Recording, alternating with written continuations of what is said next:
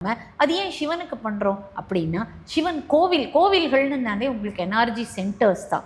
அந்த எனர்ஜி சென்டர்ஸுக்கு நம்மளுடைய ஹார்வெஸ்ட்டில் வந்த அரிசியை கொடுத்து அன்னத்தால் அழகாக அப்படியே அலங்காரம் அப்படியே அவர் மேலே அப்படியே அப்பிடுவா, அப்படியே பூசிட்டு நன்றியை செலுத்திட்டு அந்த பிரசாதத்தை எடுத்து வந்திருக்கிறவங்க அத்தனை பேருக்கும் கொடுப்பா. இப்போ இந்த அன்னாபிஷேகத்தை பார்க்குறவங்க அத்தனை பேரும் அன்னத்தையும் பார்ப்பா, பேரண்டத்தையும் பார்க்குறா.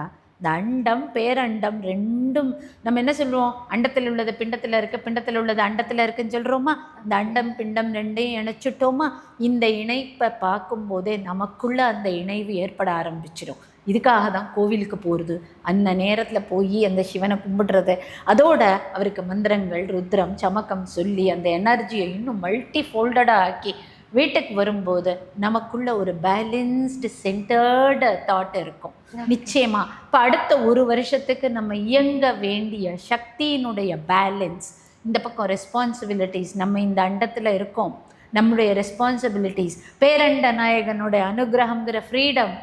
ஸோ இந்த ரெஸ்பான்சிபிலிட்டிஸ் ஃப்ரீடம் ரெண்டுத்தையும் வாங்கிட்டு வீட்டுக்கு வரும்போதே அந்த பிரசாதத்தையும் கொடுப்பாங்க. இந்த பேலன்ஸ் பண்ணக்கூடிய இந்த நம்மளுடைய நடுநிலையும் சரியாயிடும்.